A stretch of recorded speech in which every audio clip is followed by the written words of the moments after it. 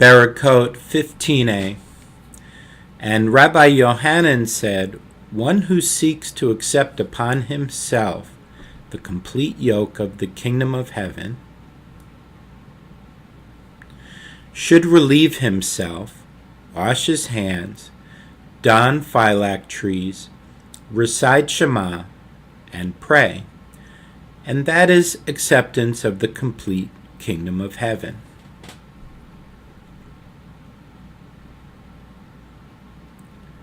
On a similar note, Rabbi Haya bar Abba said that Rabbi Yohanan said, "Anyone who relieves himself, washes his hands, dons phylacteries, recites Shema, and prays, the verse ascribes credit to him as if he built an altar and offered a sacrifice upon it.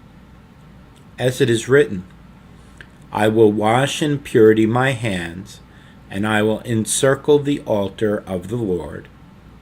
Psalms 26:6.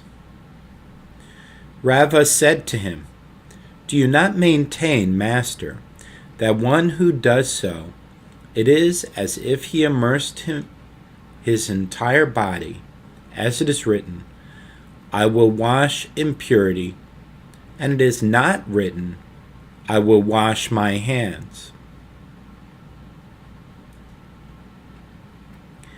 Ravina said to Rava, "My master, look at this Torah scholar, Zerva Merabanan, who came from Eretz Yisrael and said something astonishing. One who has no water with which to wash his hands, it is sufficient that he wipes his hands with earth, a rock, or a sliver of wood." Rava replied to Ravina, "He spoke well, as, is it written, 'I will wash with water'? Impurity is written referring to anything that cleans, as Rav Hizda would curse one who went out of his way to seek water at the time of prayer. With regard to seeking water, the Gemara comments, this applies only to the recitation of Shema, as the time for its recitation is limited, and if one goes seeking water, he may run out of time. However, for prayer, which may be recited all day, one must go out of his way to seek water. And how far must one go out of his way to seek water? As far as parsa,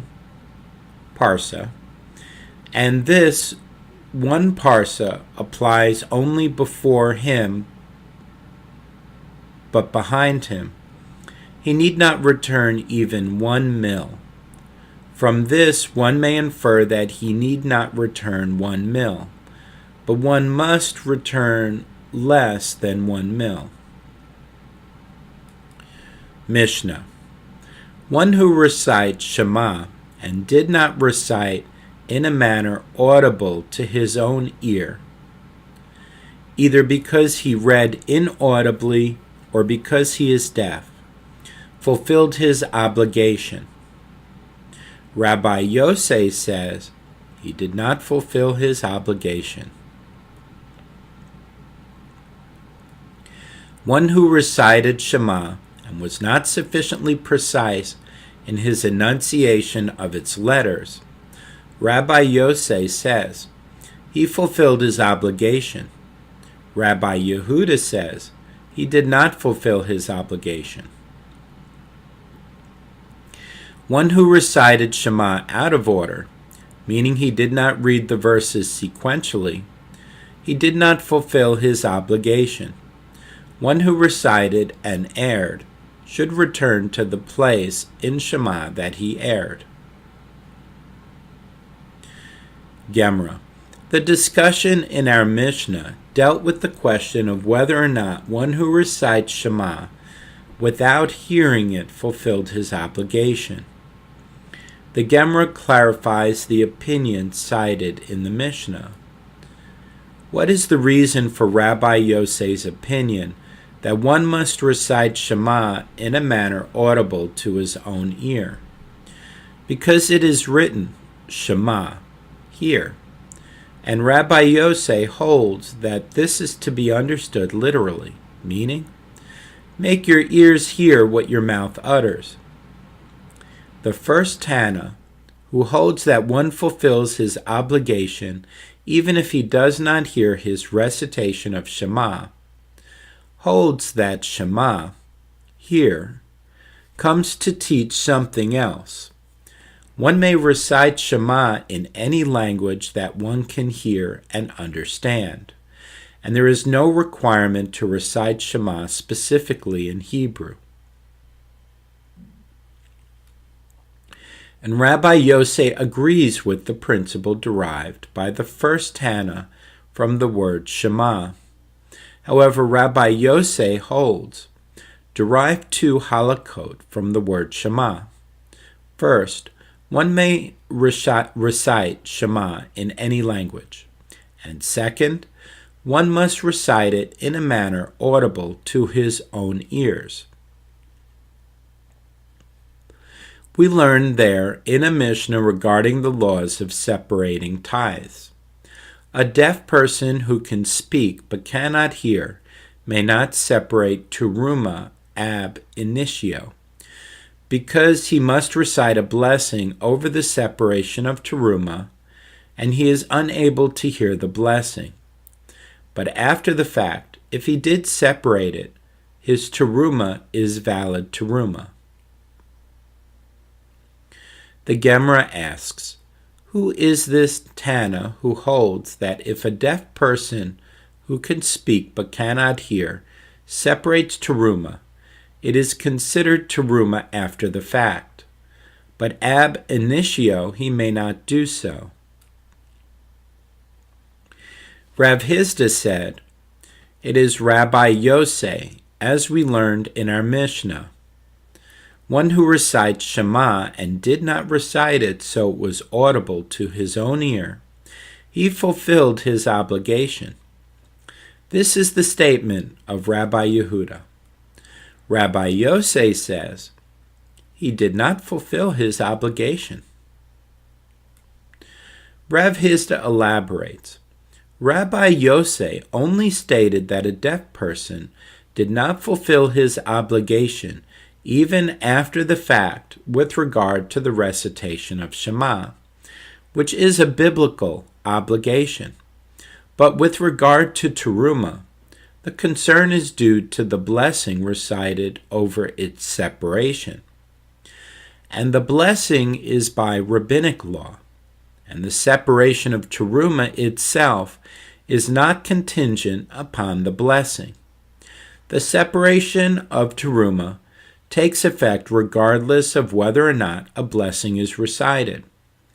So in the case of a deaf person, he fulfilled his obligation after the fact.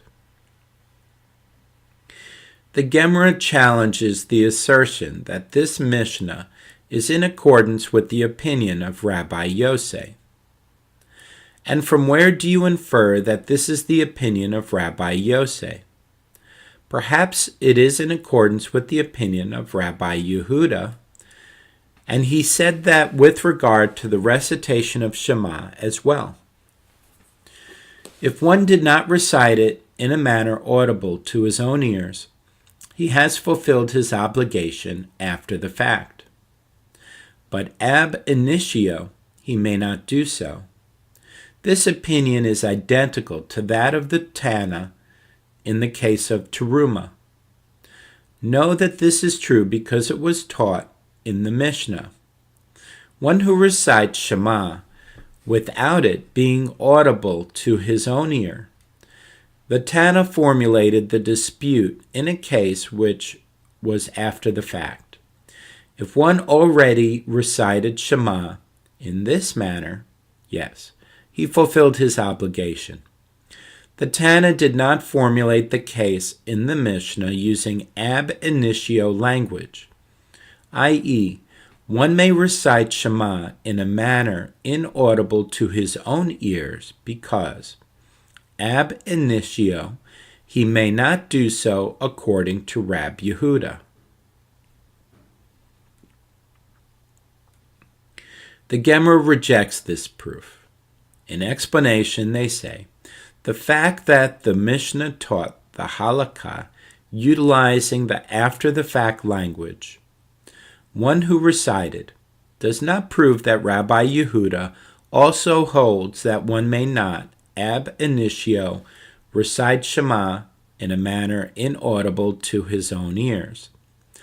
Rather, the Mishnah formulated the halakha in that manner is to convey the far-reaching nature of the opinion of Rabbi Yosei, who said that if one does so, even after the fact, he did not fulfill his obligation to recite Shema, as if it sought to convey the opinion of Rabbi Yehuda, then even ab initio, he may fulfill his obligation without hearing the recitation. The Gemara challenges this conclusion. How did you establish the reasoning of the Mishnah dealing with the laws of terumot? In accordance with the opinion of Rabbi Yosei, who holds that one who does not hear his recitation does not fulfill his obligation even after the fact. But what about that which was taught in a Bereta? One may not recite the grace after meals, which, like Shema, and unlike the blessing on separating teruma, is a Torah commandment, in his heart, inaudibly, and if he recited the blessing in that manner, he fulfilled his obligation. In accordance with whose opinion is this Bereta? It is in accordance neither with the opinion of Rabbi Yosei, nor with the opinion of Rabbi Yehuda, as if you say that it is in accordance with the opinion of Rabbi Yehuda. Didn't he say, according to the way the Gemara explained his position, that even ab initio he may fulfill his obligation in that manner, and he need not recite it inaudibly? In that case, why should one refrain from reciting the blessing in his heart? And if you say that it is in accordance with the opinion of Rabbi Yosei, he holds that even after the fact he did not fulfill his obligation. Rather, what must we say? We must revert to the explanation that it is in accordance with the opinion of Rabbi Yehuda, who holds that after the fact, yes, he fulfilled his obligation, but ab initio, no. One may not recite it in a manner inaudible to his own ears. Therefore, the Bereta concerning grace after meals is in accordance with the opinion of Rabbi Yehuda. The Gemara questions this. But what about that Bereta which was taught by Rabbi Yehuda, son of Rabbi Shimon ben Pazi? A deaf person who speaks but does not hear may, ab initio, separate teruma. In accordance with whose opinion is that Bereta? According to what we have said, it is in accordance neither with the opinion of Rabbi Yehuda nor with the opinion of Rabbi Yosei. As if you say that it is in accordance with the opinion of Rabbi Yehuda, didn't he say that after the fact, yes, he fulfilled his obligation, although it was inaudible to his own ears? But ab initio, no, he may not fulfill his obligation in that manner. And if you say that it is in accordance with the opinion of Rabbi Yosei, didn't he say that if he does not hear himself, even after the fact, he did not fulfill his obligation? If so, whose opinion is reflected in this Bereta? Rather, we must revert to the previous explanation, but with a slight revision, and say that actually it is in accordance with the opinion of Rabbi Yehuda. And even ab initio, a deaf person may also separate teruma. And this is not difficult, and there is no contradiction between the Mishnah and the Bereta. As this is his own opinion, and that is his teacher's opinion, as it was taught in a Bereta, Rabbi Yehuda said, in the name of Rabbi Eliezer ben Azariah, one who recites Shema must make it inaudible to his ears, as it is stated, "Hear, Israel, the Lord is our God, the Lord is one." This means that he must do so, but after the fact. If he failed to do so, he nevertheless fulfilled his obligation. The Bereta continues, Rabbi Meir said to him, "It says, which I command you this day upon your heart," which Rabbi Meir explains to mean that the significance of the words follows the intention of the heart, and even ab initio, one need not recite Shema audibly. The Gemara notes, now that you have arrived at this point and the entire Bereta has been cited, even if you say that Rabbi Yehuda holds, in accordance with the opinion of his teacher, that only after the fact does a deaf person fulfill his obligation, it is nevertheless not difficult, and the different Beretot are not contradictory, as this Bereta permitting a deaf person to separate teruma ab initio is in accordance with the opinion of Rabbi Meir, while this Bereta that holds that he may not recite grace after meals ab initio, but after the fact, he fulfilled his obligation in accordance with the opinion of Rabbi Yehuda. The Gemara cites a similar discussion with regard to the reading of the Megillah. We learned in a Mishnah there in tractate Megillah, all are fit to read the Megillah except a deaf mute, an imbecile, or a minor, and Rabbi Yehuda deems a minor fit.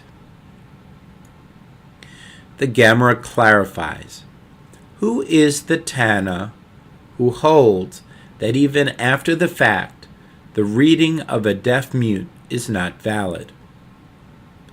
Rav Matana said, it is Rabbi Yosei, as we learned in our Mishnah, one who recites Shema and did not recite it so it was audible to his own ear, fulfilled his obligation. Rabbi Yosei says he did not fulfill his obligation. The Gemara asks, from where do you conclude that the Mishnah cited from Tractate Megillah is in accordance with the opinion of Rabbi Yosei, and that after the fact his reading is also not valid?